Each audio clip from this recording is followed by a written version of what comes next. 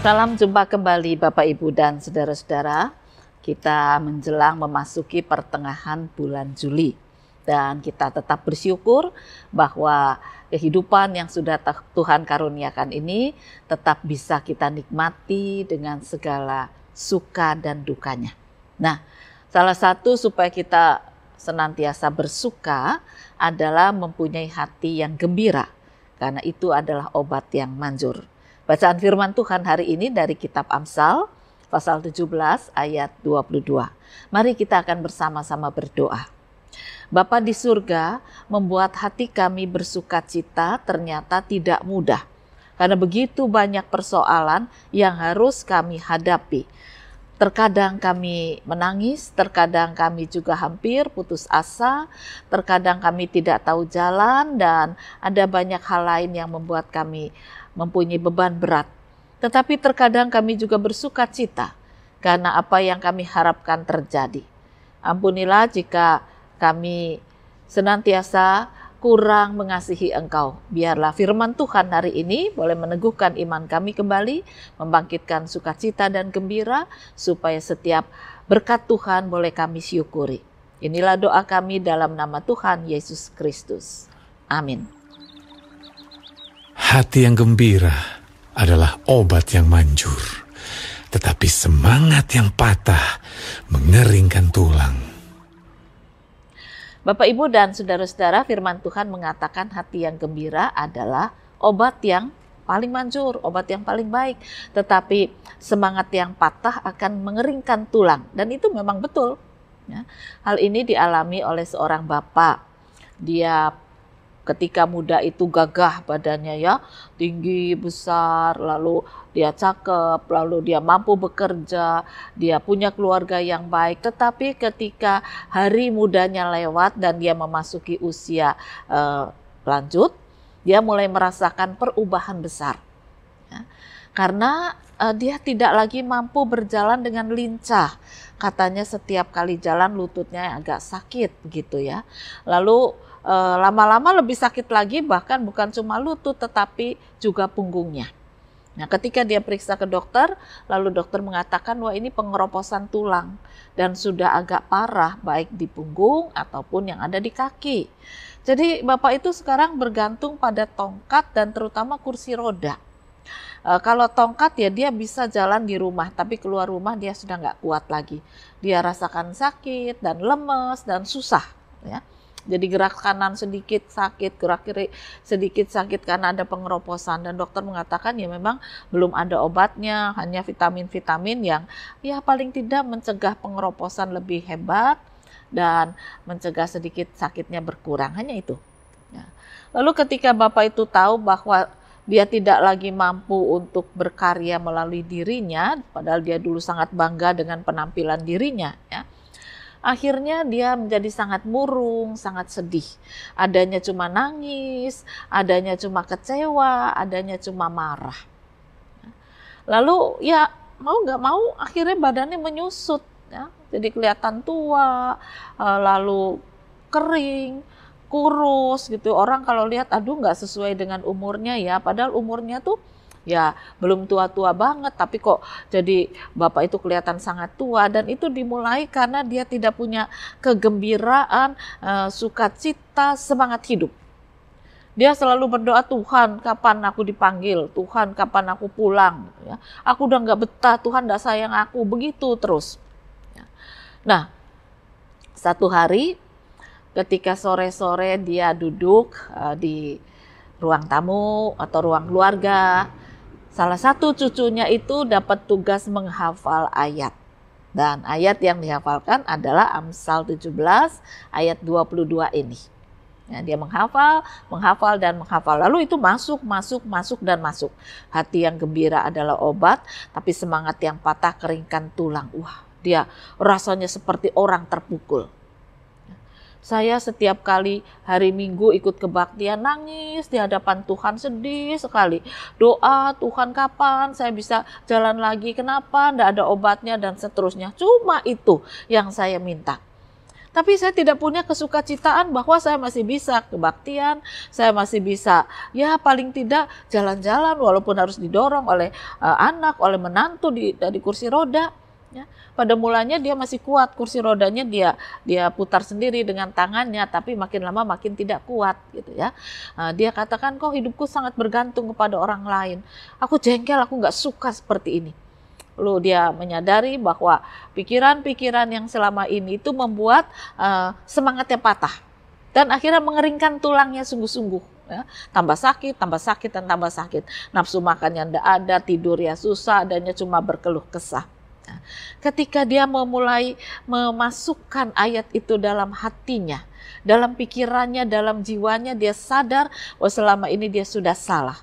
Dia nangis di hadapan Tuhan, dia minta ampun. Tuhan memang benar, obat yang paling baik itu adalah ketika aku percaya kepada Engkau. Dan bangkit sukacitaku, maka tulang-tulangku tidak akan menjadi kering seperti ini.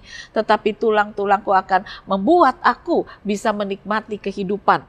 Walaupun mungkin tulangnya sudah keropos, tetapi tidak berarti dia harus hidup dalam kesedihan dan kepedihan senantiasa. Nah, kemudian dia berkata pada istri, anak, menantu, sama keluarga ya, pada cucu, "Dah mulai hari ini aku tidak akan nangis lagi.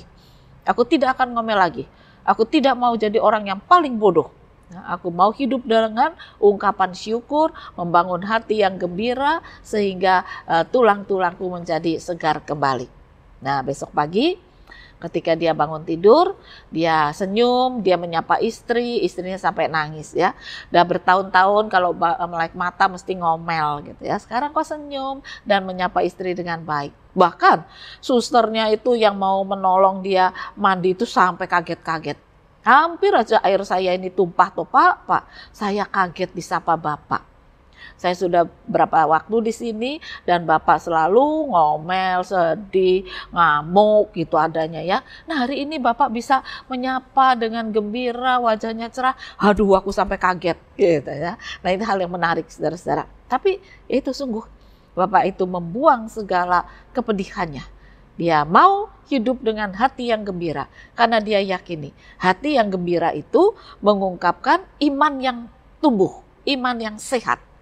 Karena kalau imannya tidak sehat ya tadi ngelokro. Nah, jadi adanya cuma kepedihan dan keputusasaan. Tapi kalau dia percaya perawatan dan pemeliharaan Tuhan baik, maka imannya tumbuh sehat dan dia akan mempunyai kegembiraan, sukacita, semangat yang dipulihkan. Dan oleh karena itulah dia kemudian mengatakan, aku mau bersyukur karena Tuhan senantiasa memelihara aku. Nah, hatinya gembira. Ya. Lalu dikatakan lagi hati yang gembira ini adalah obat, bukan obat seperti obat dokter itu bisa menyembuhkan penyakit, itu tidak. Ketika iman orang ini sehat, akhirnya dampaknya adalah memang semangat hidupnya kan dipulihkan, lalu kegembiraan ada. Nah, ketika kegembiraan ada, dia bisa memuji Tuhan, dia bisa bersukacita, maka sakitnya belum sembuh tapi tidak lagi terasa sangat berat. Karena yang ada dalam hatinya, dalam pikirannya adalah aku bersukacita. Nah, aku bersukacita dan ini mengalahkan rasa sakit. Itu. Jadi hati yang gembira itu memang mengalahkan rasa sakit karena dia punya iman yang sehat, lalu berpengharapan di dalam Tuhan dan akhirnya memang dia bisa merasakan kekuatan baru.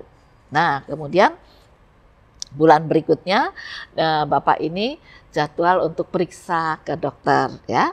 Lalu ketika dia periksa, dokter kaget juga. Lah, Bapak ini kok wajahnya gembira, ya, seger gitu ya. Lalu, waduh, Bapak kok beda hari ini. Apa yang terjadi, Pak? Lalu Bapak itu mengatakan, saya mau hidup dengan tulang-tulang yang disegarkan karena hati saya percaya pada Tuhan, ada kegembiraan, ada sukacita. Dokternya sampai tepuk tangan, itu memang benar, itu obat yang paling baik yang Tuhan karuniakan. Nah, kalau gitu saya mau cek. Ya, coba Bapak pergi ke lab dan cek darah ini. Lalu nanti hasilnya bisa ditunggu sekian waktu gitu ya, Bapak tunggu aja. Ketika hasil lab sudah keluar, dokter itu kaget, Bapak itu kaget, ibunya kaget, anaknya, cucunya semua kaget. Karena hasilnya mendekati normal. Nah, ternyata 1 bulan dengan hati yang gembira, segala tubuhnya yang jelek itu yang tadinya hasil labnya selalu jelek, ini mendekati normal. Nah, dokternya kaget, itu sebabnya Bapak kelihatan sangat segar. Bapak itu mengatakan, betul dok. Biasanya saya kalau makan sambil ngomel, Tuhan ini tidak menjadi berkat, ngapain saya hidup kayak gini, udah aku mati wae. Jadi saya nggak bisa makan. Ya, makanya tubuh saya kemudian kering, tulang-tulang saya kering, karena hati saya kering. Tetapi ketika saya bersyukur, Tuhan saya bersyukur walaupun sakit saya masih diberi kekuatan untuk bisa makan. Biarlah makanan walaupun sederhana tapi saya nikmati dengan sukacita. Nah kalau sukacita saya bisa makan lebih banyak. Dan itu menyegarkan tulang, menyegarkan hati, menyegarkan tubuh. Dan itu yang membawa pada kesembuhan. Lalu ditanya sama dokter, memang kamu udah gak sakit? Oh ya masih dok, tetapi ternyata ada bedanya. Ya, mungkin karena dulu saya kurang gizi ya, jadi makan itu kan sambil ngomel. Tapi sekarang setelah saya bisa menikmati, gizi saya ada, ya sakitnya tuh agak berkurang. Nah dokter itu mengatakan benar, memang yang menyembuhkan itu bukan sekedar obat ini, tapi pikiranmu, hatimu. Kalau itu positif maka rasa sakit itu akan berkurang sangat jauh. Nah Bapak Ibu dan saudara-saudara, pada kita yang mungkin sedang terbaring secara khusus yang sakit ya, atau kita sehat tetapi hati kita kering, hati kita sakit karena beban kehidupan, entah ekonomi, entah keluarga yang tidak setia, entah anak yang tidak nurut, atau apapun yang sedang kita alami. Jangan sampai hati kita kering dan sakit. Nah, mari kita belajar senantiasa bersyukur, sebab hati yang gembira tadi mengungkapkan iman yang teguh, iman yang sehat, iman yang percaya. Nah, kalau iman kita teguh, kuat, percaya, sehat, maka itu membangun pikiran-pikiran positif. Dan ketika pikiran positif ada, kita juga bisa sukacita. Dan kalau sukacita itu membawa kita pada kesembuhan.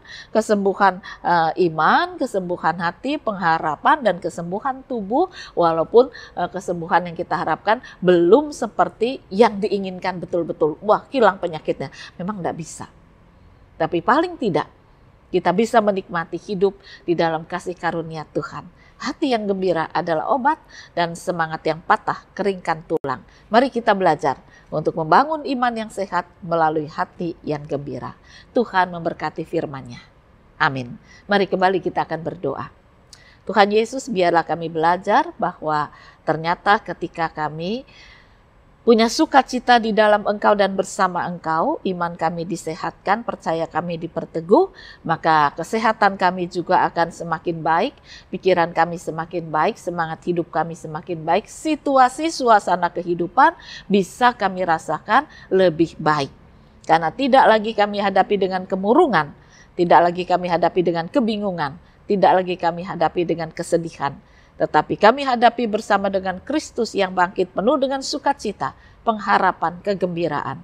Buatlah kami senantiasa gembira di dalam hati kami, karena itu adalah obat yang Kau berikan untuk membawa hidup kami penuh dengan semangat. Jangan biarkan kami kehilangan semangat yang mengeringkan tulang. Kiranya Tuhan menolong kami. Inilah doa kami dalam nama Tuhan Yesus Kristus. Amin. Hati yang gembira adalah obat, seperti obat hati yang senang. Tapi semangat yang patah keringkan tulang. Hati yang gembira Tuhan senang. Hati yang gembira adalah obat, seperti obat hati yang senang. Tapi semangat yang patah keringkan tulang. Hati yang gembira Tuhan senang. Hati yang gembira Tuhan senang. Hati yang gembira Tuhan senang.